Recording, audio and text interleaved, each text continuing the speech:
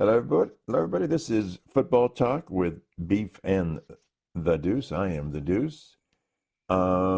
Check us out on X. We will have just link to that in the description below on as we hear on YouTube. Beef, I understand you did some pretty good golfing the other day. Something that might not ever happen again. Love it. It's, as an amateur golfer, anybody that is out there that plays golf, it is hard to break 100. It's hard to break 90. Mm-hmm.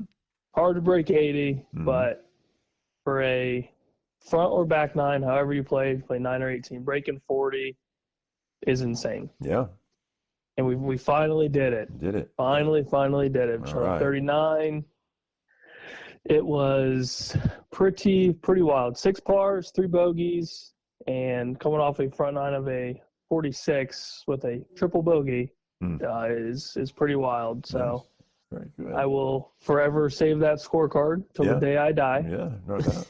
No doubt. And we will hopefully take it and run with it because that's 2 rounds in a row that we have shot in the mid to like 85s, 87s. You're getting good at this. You're getting good at this. We're trying. Yeah. We are trying. So it was pretty cool. Good. Well, let's dive right into the Ohio State game. Here's our predictions, score predictions. Florida Bob, 48-21. 21, man, that's a lot of 21 points. Yeah. Goodness. He must be thinking they're playing in Michigan State or something. Or Columbus State. Yeah, San Jose. Catholic. Whatever. Robert, 42-9, much more likely, 42-9. Okay. I have chosen 41-10. I don't like the fact that I'm giving up a touchdown, but I'm going with 10. And so, drum roll, please. Beef, what's 45-6. 45-6? You're going the Sixer.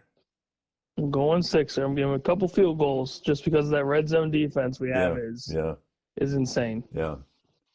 So, 21 for Florida Bob. Spending too much time on the beach. He's doing a lot of stuff, but as we all know, there's a lot of stuff going on down there. That's what we're seeing. So excuse me, I thought in the Big Ten there's 4 interesting games to look at, and so I gave everybody our 4 horsemen here their picks. Mm-hmm. Indiana at Oregon.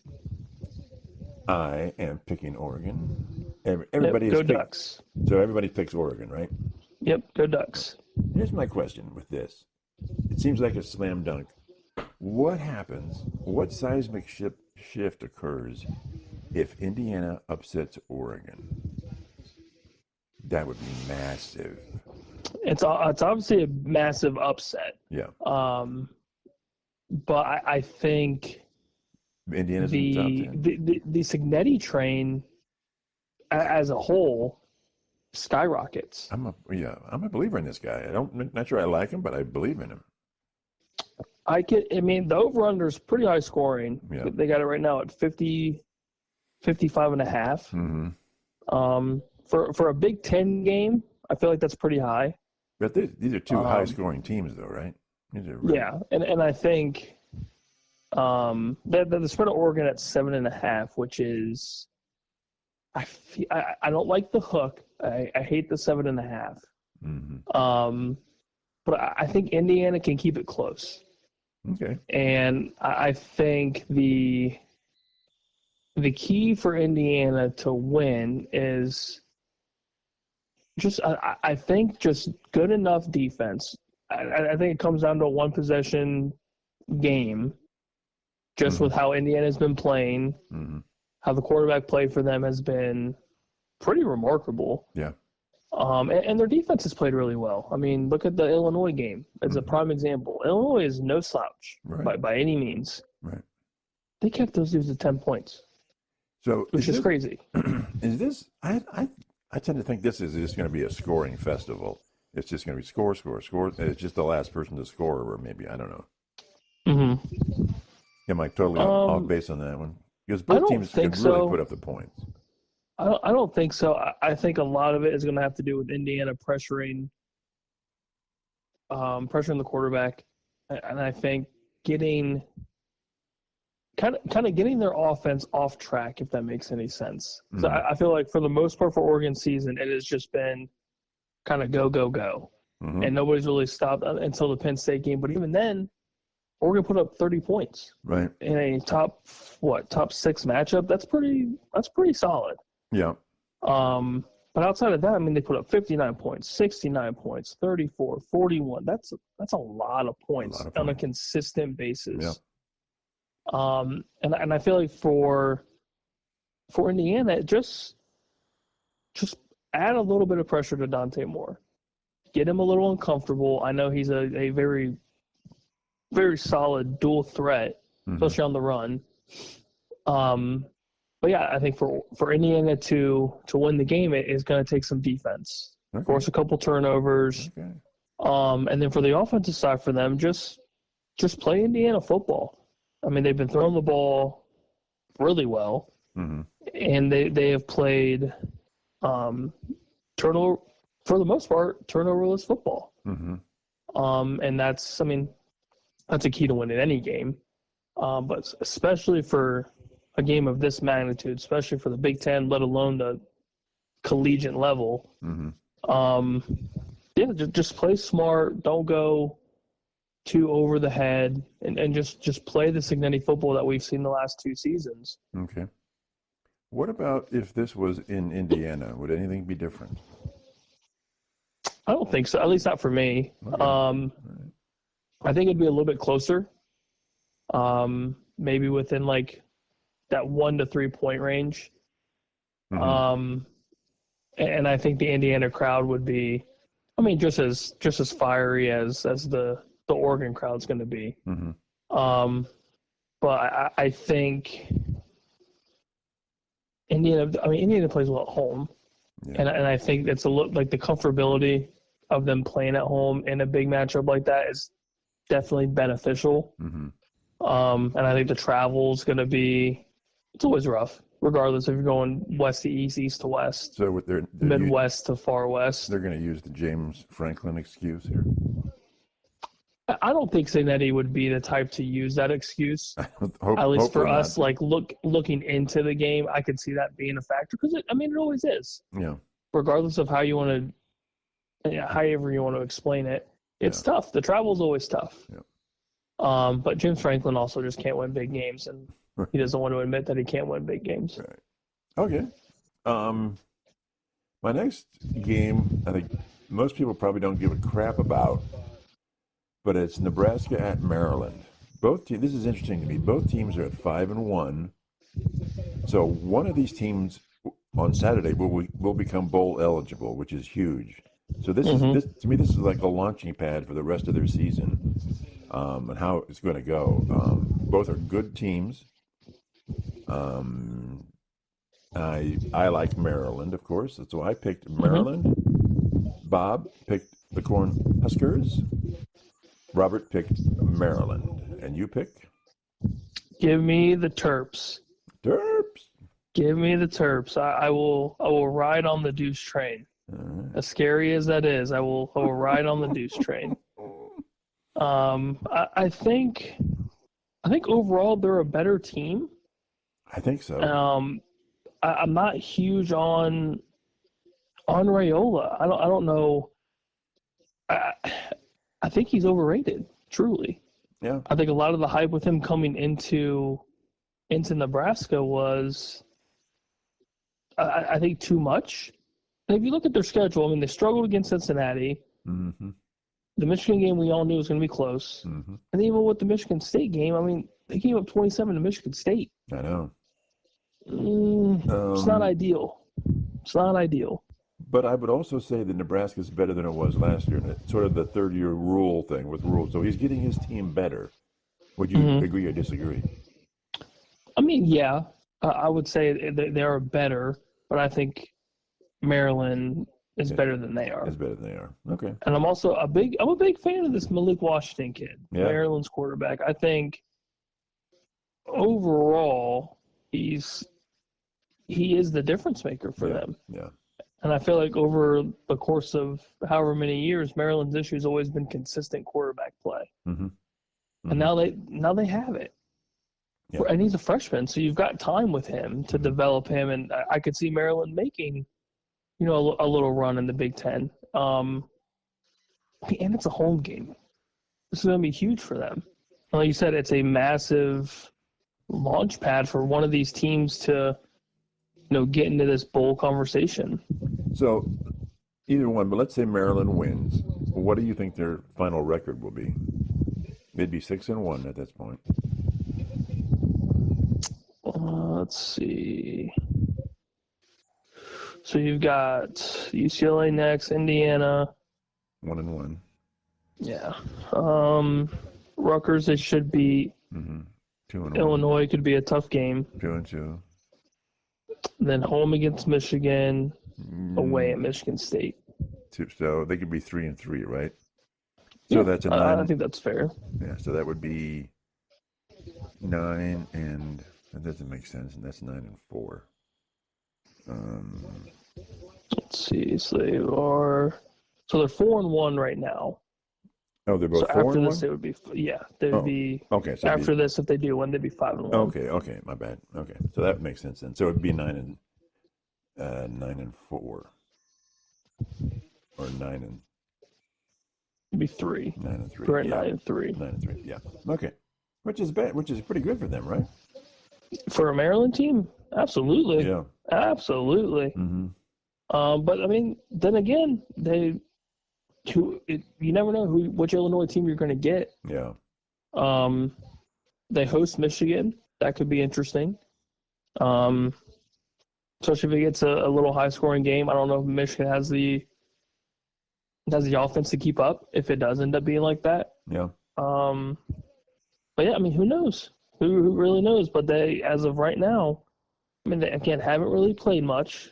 The Washington game was as close as most of us thought it would be. Mm-hmm. But if Malik Washington can just limit turnovers, throw an accurate ball, I mean, the sky's the limit for him. Mm-hmm. Okay. And of course, we all picked OSU, so we'll talk about that a little bit later. Michigan at USC. I'm picking USC. Florida Bob, USC. Robert's picking Michigan. And you pick? Give me the USC Trojans. All right. I like him at home. Yeah. I think, yeah. Is it just because of their offense, or their defense is actually getting better? Or a little bit of both? I think my big thing is, again, cross-country travel, night game, and this is a true freshman going into USC's territory. It's not an easy place to play. Right. And for the first time in, I feel like, a decent while, USC's relevant. And I think their offense is pretty electric. So their defense is questionable, but this offense for USC is nasty. So people are saying that USC is becoming more relevant as they think they're right now a running team, mostly a running team, run dominant. Would you take that to be true? Oh, absolutely. I mean, they have, if you look at their stats currently, good old Espen over here, they've got almost 1,150 total rushing yards in addition to about 1,700 passing yards. Okay. Through 5 games. Yeah. It's a lot of offense. A lot of offense, yeah. But especially with the rushing attack, Wayman Jordan's kind of a stud. He's got 7 yards per touch. And then their backup running back, Eli Sanders, has a whopping 5.6 per touch. Yeah. That's a lot of yards. That kind of reminds me of not to compare the two, but similar to Quinshon Judkins and Travion Henderson. Lots of yards per touch. Now, wasn't USC's burden that they could get the yardage between the 20s, but they just couldn't push it in? Yeah, but they couldn't attack in the red zone. But now with those running backs, they can do that. Yes, and I think they can against Michigan. And again, it's a home game, and I feel like a lot of these kind of cross-country travels benefit the home team Yeah. in these kind of close spreads, close money line games. Mm-hmm. But yeah, give me old Lincoln Riley. Let's see if he can do something. Yeah, yeah. So OSU, Illinois, you're basically saying 45-6. I mean, we're all sort of saying this is going to be a typical Ohio State scoring game. Mm-hmm. I'm saying 10 points. Bob's saying 9. Oh no, Bob's saying 21. Robert's saying 9, and you're going with 6. So you're basically lumping Illinois in with everybody. Is it just that Ohio State's the cream of the crop, and there isn't much else they can do that Illinois can do? Yeah, I think so. I think if Illinois has any chance, it's either Julian Sands just out of whack and he's forcing turnovers, or I mean, outside of that, I don't see our backfield just fumbling the ball. I don't see Cardinal Tate, Jeremiah Smith, Brandon Ennis, any of our receivers just dropping every pass thrown to them. Right. And I don't see our defense crumbling. We haven't seen it yet, and they've played some pretty solid talent throughout the schedule. Yeah. Yeah. And they haven't struggled. Yeah. And I love some people hate it, and I don't know why. A lot of people hate the bend but don't break defense, and I say why? Why do you hate it? Right. The second we get into the red zone, nobody has scored a touchdown. Right. Right. Scary. Like what else do you want from them? Yeah. So I mean that's key for any matchup. I put up 500 yards. I don't care. How many points do you have on the scoreboard? right. Now, what about and we all talk about it, this seemingly slow offensive start, though? Is it our defense is going to hold them, and so they'll just take over later on down the game? I'm not a huge fan of the slow starts. I never have been, and I'm sure you are very used to hearing that. Well, I'm not either, but it happens. Yeah, but I think it's one of those you're kind of testing the waters, and every team has their 10 to 15 play script for the beginning of the game. Everyone does. Mm-hmm. And I think it's one of those where you're just kind of testing it, see if this works, see if this doesn't, and then you adjust, which has been nice for our offense for the most part. Is the adjustments on the offensive side. We had our struggles on the defensive side with Jim Knowles. But now with Patricia, there's so much confusion with his defense because again he shows one thing and it leads to something completely different. Who is able to beat that? And nobody's done it yet. Right. Right. You had a Heisman favorite at the beginning of the season that everyone thought was going to be able to piece this apart. Negative. Right. You had Washington going into a hostile environment. Oh, they should be able to be just fine. No. Nobody knows what's happening on the defensive side. So, I mean, I get, Illinois' solid talent overall. Yeah. And I know you like your Illini. I do. But I think I don't see their offense being able to pick apart this Patricia defense. Yeah. I see Illinois as a solid 9-3, maybe 10-2, but solid 9-3. Yeah, I just think that it's OSU, Oregon, and Indiana are just out there. Yep, and I think Patricia's got one of the best defenses that we've ever seen. Yeah, yeah. This scheme is insane, truly. Yeah. Like, we thought the Knowles defensive run for the national championship was good, and it was. It absolutely was. This is a whole nother beast. But this is, I think, leaps and bounds over what Jim Knowles had. And that's a lot. That's a lot to say. No, but okay, but you're giving up less than what's the points. average, 5 or 6 points a game? Less than 6 a game? That's insane. Yeah. It's ridiculous. That's wild. Yeah. I hope it continues. I mean, I don't see this trend lasting forever, but if it does, there's nobody in the country that can beat this team. Yeah, and that bothers me because a lot of times those teams end up losing at the end. But You lose some sort of game where you shouldn't lose, yeah, and it's always in the back of my mind. It always is.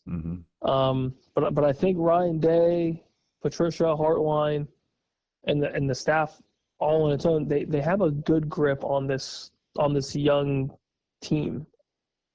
And I don't think a lot of people thought Julian Sain would be as good as he is, as quick as he's done it. yeah, And I don't think a lot of people expected Bo Jackson just emerge so fast. yeah. And then Carnell Tate, we knew would be good, but he's becoming great. Because Jeremiah Smith is cream of the crop, elite of the elite. Yeah. And now Carnell Tate's coming into his own. I mean, you can't stop both of them. Right. Isn't that the thing?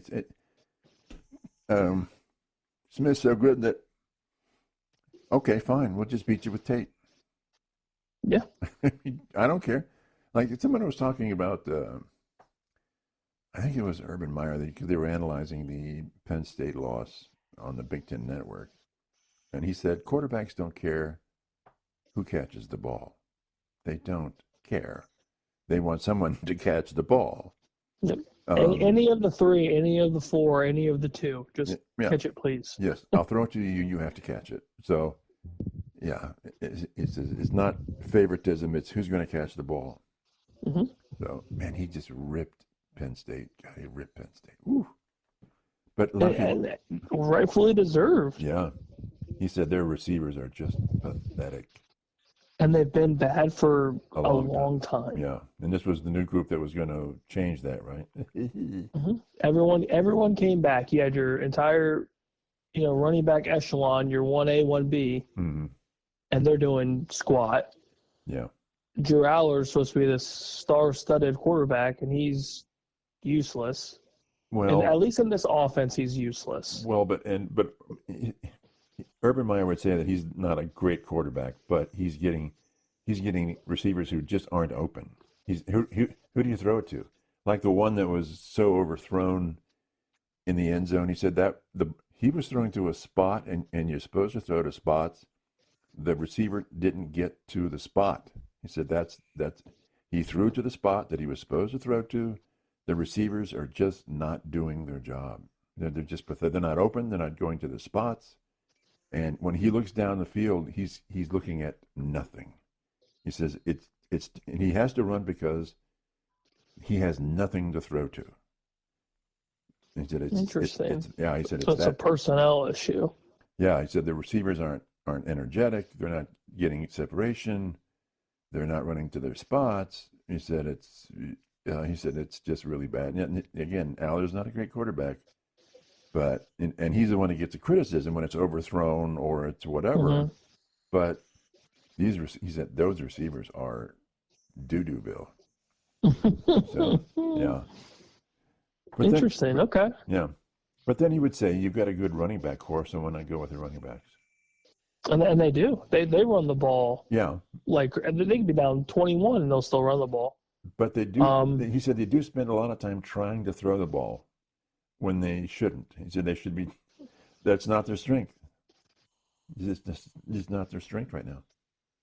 You've got to go with what your strength is, otherwise you lose. And that's He said that was the thing with the UCLA was they were He said UCLA is not a terrible team, but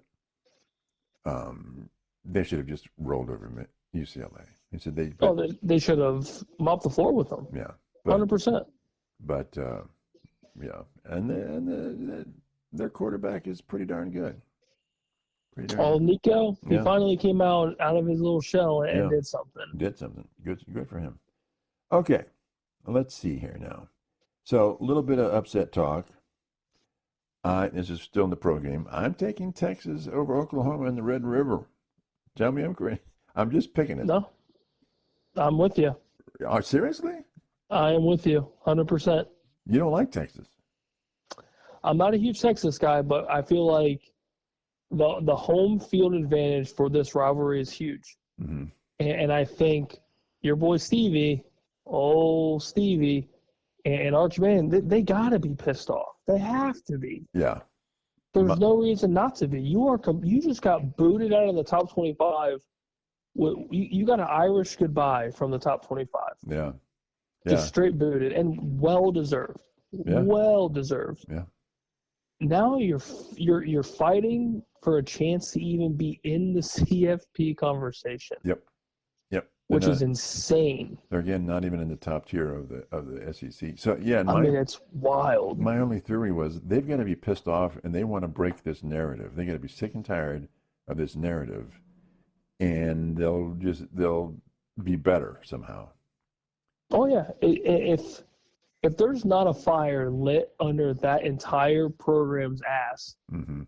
then they need to fire everybody. Fire the entire staff. Yeah. Arch Manning goes in the portal, something, just blow it up. Right. I mean, this is outside of the Buckeye game and any of these big SEC games. This is the game. This is your rivalry game year in and year out. Right.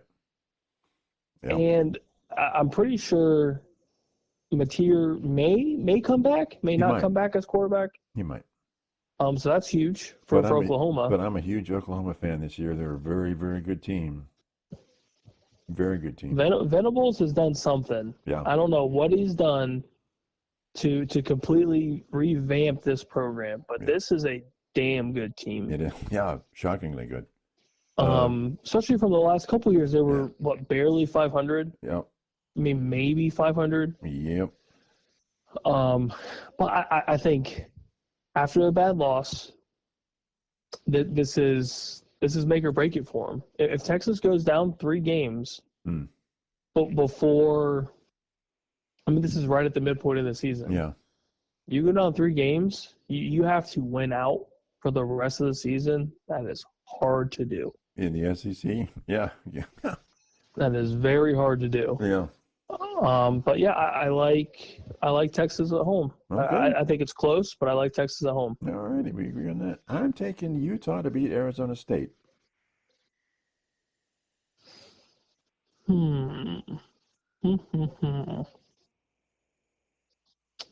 It's interesting. I believe it's at Arizona State. I'm pretty sure it's. I thought it was at Utah. Let me check. Then definitely. Okay. Let me check. I want to say you are correct, but let me double check. It is at Utah. Okay. There you go. Upsetville. They got Arizona State currently a plus 5.5 dog. Mm-hmm. Interesting. Yeah, give me Utah. Okay. I'll take Utah. I'll take the Utes at home. Okay. Let's see. All right. So Bob's taking Missouri. Any thoughts on that one? I like Missouri, but I don't know that and some people are picking Missouri on this one, but I don't know. I really don't know. Ooh, that's tough. That is tough. I know. They got a hell of a rushing attack. And I don't know if can Bama stop the rushing attack. Well, my gut says they can. Mm-hmm. And Bama's played really well. Yeah. They have played extremely well after. Yeah, the embarrassment. Yeah. Give me Bama. Give me Bama. I talent-wise, I think it's Alabama. So what are people thinking that are picking Missouri then? What are they picking? The running game?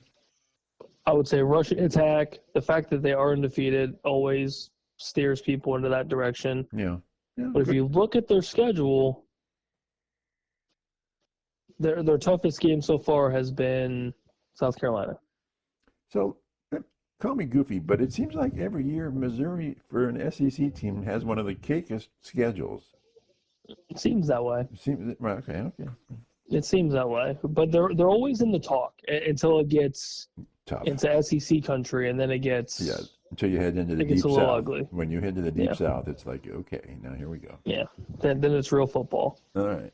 So I think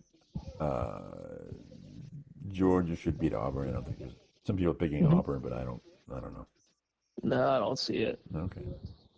All right. Now let's talk. Why Why is Michigan 2 spots ahead of Illinois in the ranking? Michigan's 15, Illinois 17. That's just convoluted. Washington should be in the top 25. Darn should be in the top 25. And probably USC top 25. Is it just that the Big Ten's getting screwed here on the respect meter? That's a really good question. Kind of, maybe. I don't know if it's strength of schedule or if it's just because a lot of these teams started so far back. Yeah, and they weren't expected to play well. That's true. Now that they are. That's true. I would say maybe that's it. But yeah, I mean, outside of the SEC being deservingly all over the top 25, which they should be. Yeah, they always are.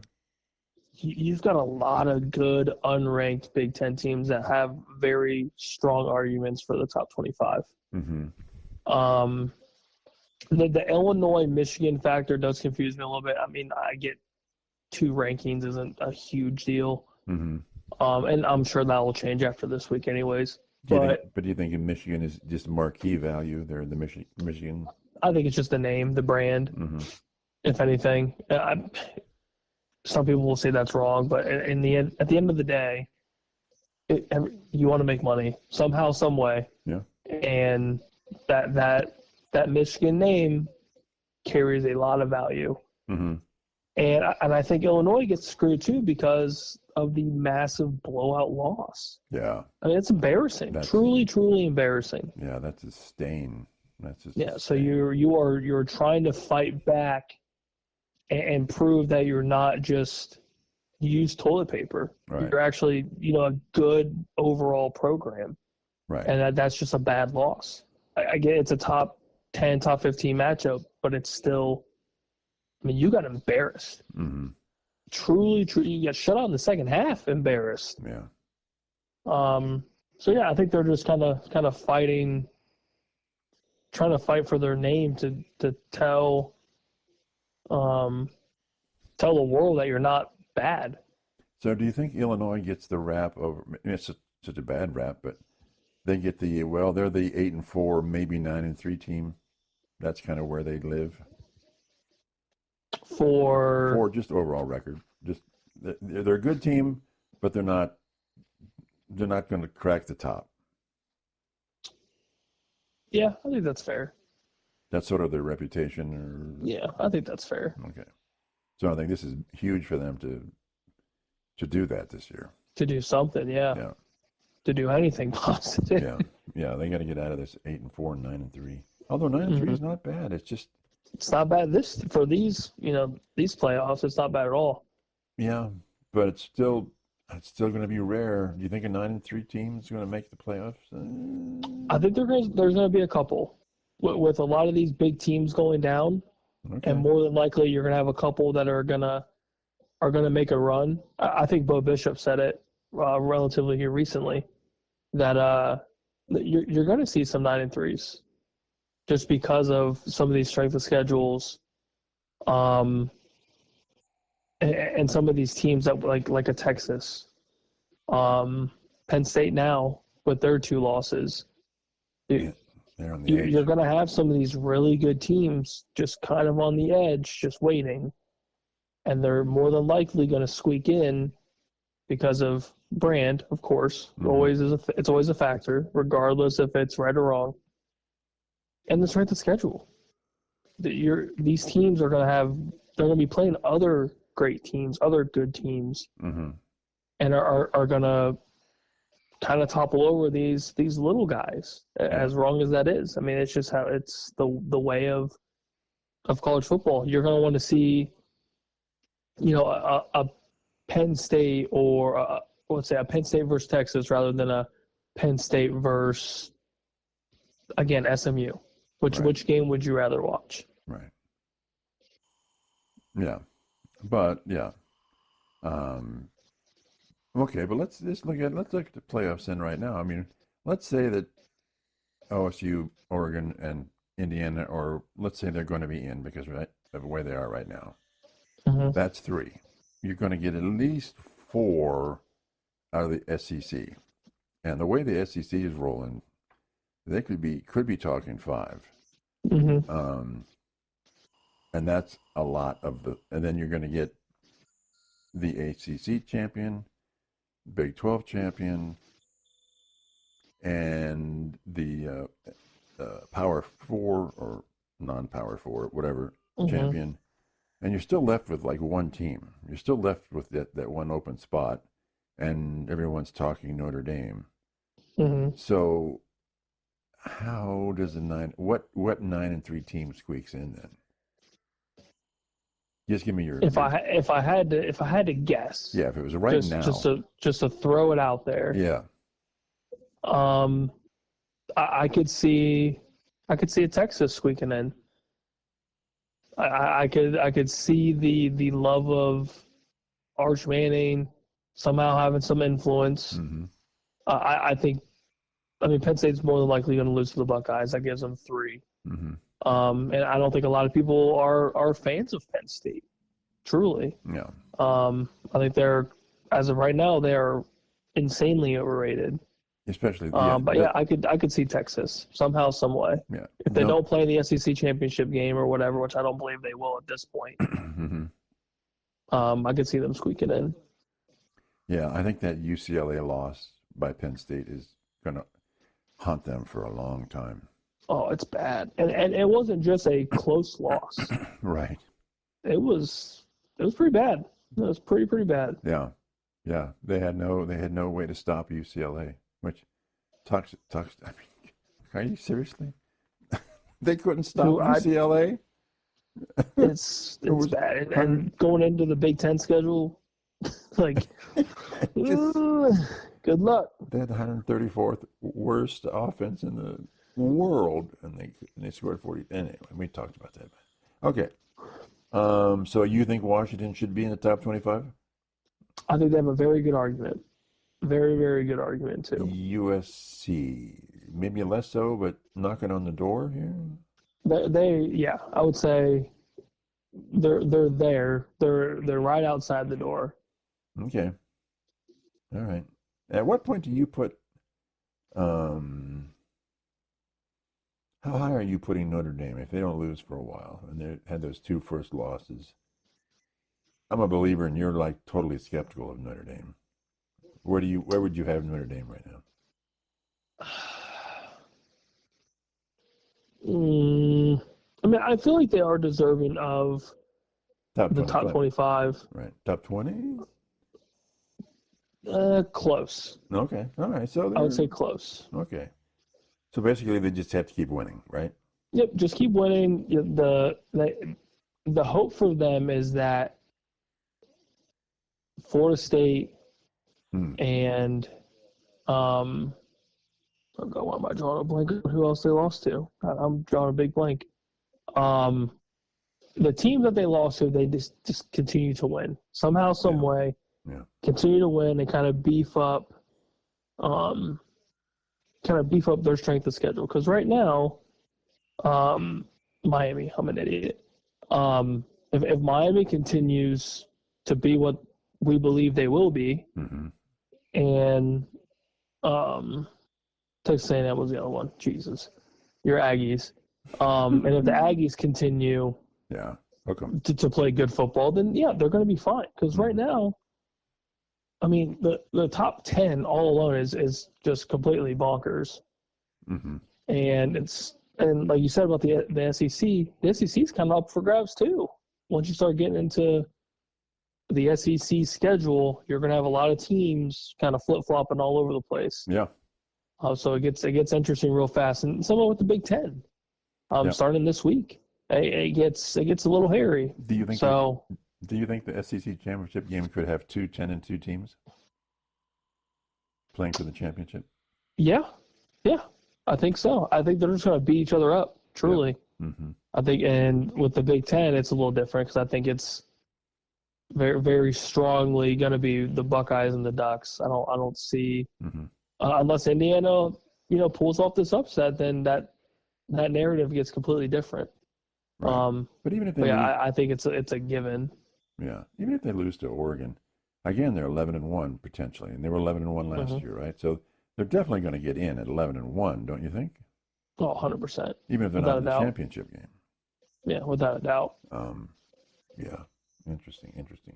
Okay, let's talk a little pro football.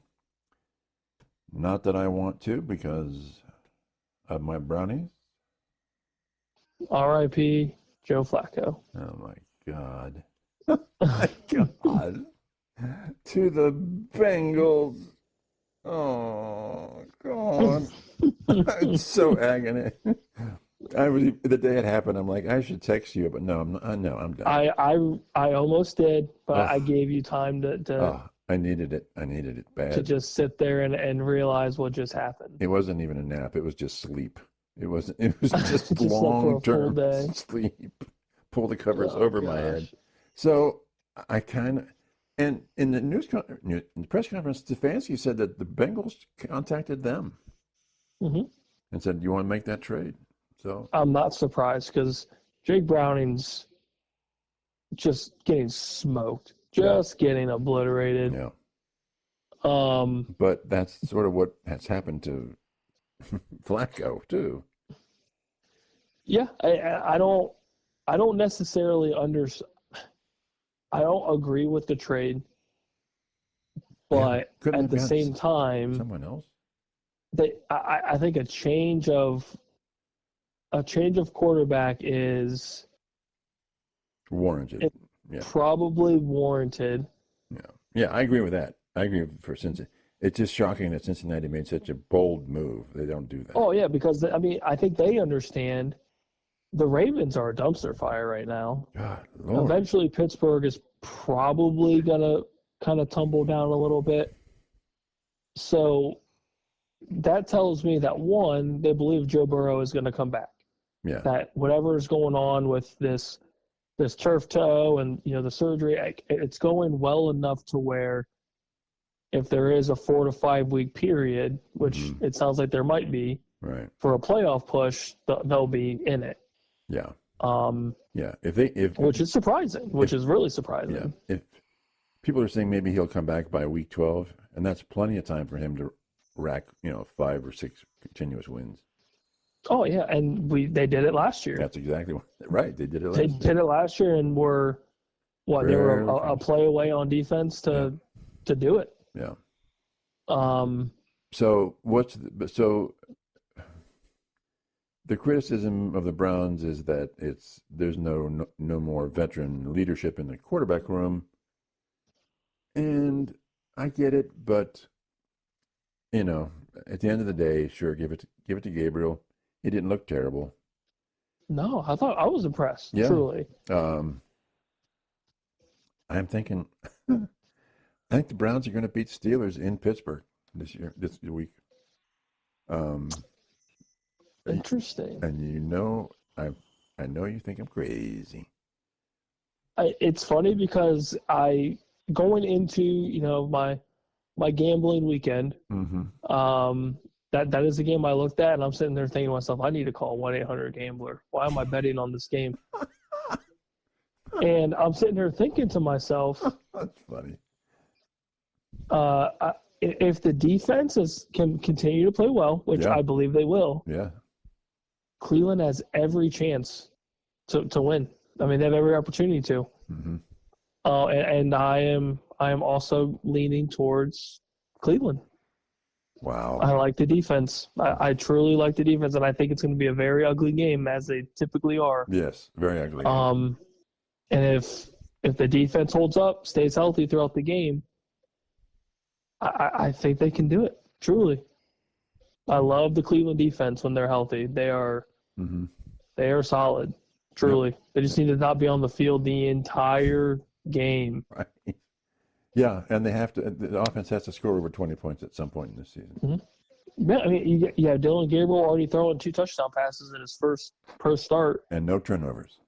No, and Quinton Junkins is a freak. He's just a freak. Yeah, I'm like, okay, this is the guy. Lean on this guy, right?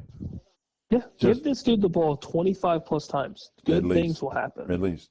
And Ford's not bad, but he's no Junkins. But Yeah, I think they have a good running potential right now, which is what they desperately need, desperately, Hmm. because they really don't have premier receivers. Would that be a true statement on the wide receivers?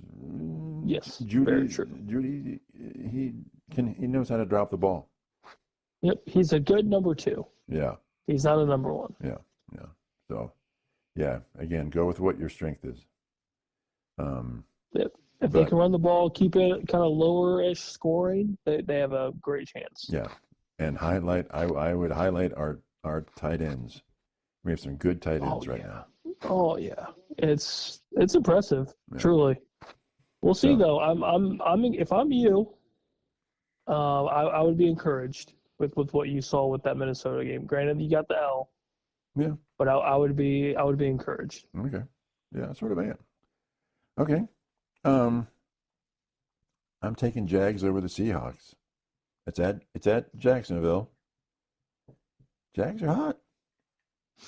Nah, you're crazy. Give Okay. me Seattle all day, all day, all day. Okay. Sorry, Robert. And and how much crow will you eat when that doesn't happen? Plenty of it. Okay. All right. Good. Plenty. All right. I will be prepared. Okay. Now these two are from Sports Illustrated's website. Their picks for upsets. And again, there wasn't a lot. When you even look at the schedule for Sunday, it's just they're saying the Jets will beat the Broncos. What?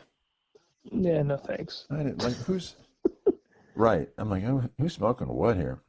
And yeah, I mean, I understand the Jets are in dire need of a win. Dire need. of course they are. They're a terrible team. But Denver's good. And they're also just coming off a pretty big victory against the Eagles. Yeah. And I highly doubt they're gonna Collapse. they're gonna collapse and lose to My guy Bo the Nix. New York Football Jets. My Nexy guy. He's gonna trounce. And then they've got, and I don't understand it, but then they said Falcons beat the Bills. What? No. I don't. Yeah, I'm like, what? That's their two picks. Jets beat the Broncos. Falcons beat the Bills. I mean, in what universe does this happen? Okay. Absolutely not. The only thing I could see with the Falcons is that their defense limits Buffalo. That's the only reason. But then again, Buffalo's coming off a pretty close loss to New England. Yeah. So them traveling down to Atlanta, they're not going to be very happy. Right. Sean McDermott, Josh Allen, the whole crew. There's no way they're excited. What happened with that loss to the Patriots? I'm just like, I think the Patriots it's cliche. I think they just wanted it more. I think overall they played more physical, and Josh Allen threw a pretty costly pick. Yeah. Yeah.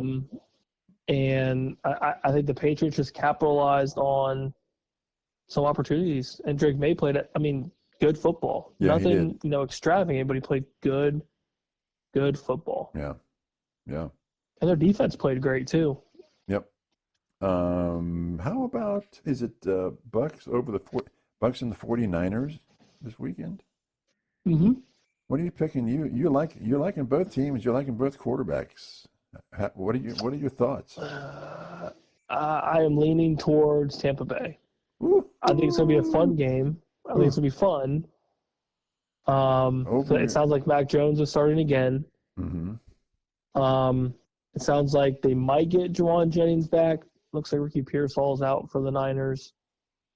If Tampa Bay could just limit the big plays, so limiting Christian McCaffrey to, he's going to get 100 total yards somehow, some way, and that's a given because everyone's basically dead. Right. If they can limit Christian McCaffrey to just 100 something all-purpose yards, Mm-hmm. and force Mac Jones to throw a turnover, force a fumble, force an interception, force something, Mm-hmm. then you have a decent shot to win the game. And Baker's playing MVP caliber football right now. Yes, he is. Rashad White is filling in great for Bucky Irvin being hurt. And Emeka Ibuka is becoming an elite receiver already. Yeah. But yeah, I like the Bucks, and I like it close. I think it's gonna be a fun game. fun game, good game. Did I ask you last time, or was it off air, what Ohio State player in the pros is performing the best right now? Of a lot of good performers right now. Oh, that's tough. It is tough. It's tough. I mean, as of right now, Yeah, let's say right now. I mean it's either JSN or it's Emeka. Okay. I mean, these guys are playing out of their minds. Yeah, they're lights out. I mean, and CJ had a great last week. He did. Four plus touchdowns. So I mean, he might be heating up. Marvin Harrison's finally getting the ball a little bit more. Yep. Garrett Wilson and Justin Fields are, 1A, 1B for a winless Jets team, which it's not their fault. Yeah. I mean, their defense is playing very piss poor. Their offensive line is non-existent, so it's not their fault. Mm-hmm. And Chris Olave is doing as best as he can with what he's got. Right. But yeah, I mean, it's Emeka and JSN. I mean, they're tearing it up. It's insane. Yeah. It's the running back. He's with a West Coast team now. JK? Yeah. Yeah, J.K. Dobbins is playing well too. He's playing well. Yeah. I think he's up top in the rushing yards category. Yeah. But I think he just gets overshadowed, unfortunately, Yeah. by these receivers. I mean, they are all just playing out of their mind. Yeah. Yeah. It's pretty shocking. I mean, to think that many Ohio State offensive players are not just stars but superstars. Yeah.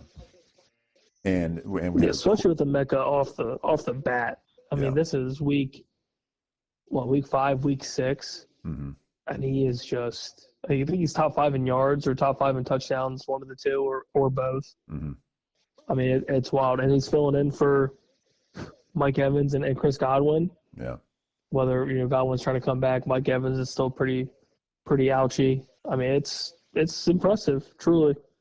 Okay, good stuff. Anything else going on? We need to talk about? Go Buckeyes. That's all I gotta say. Go Buckeyes. All right. Again, check us out on X. You got the link in the description below, and talk to everybody soon. Bye.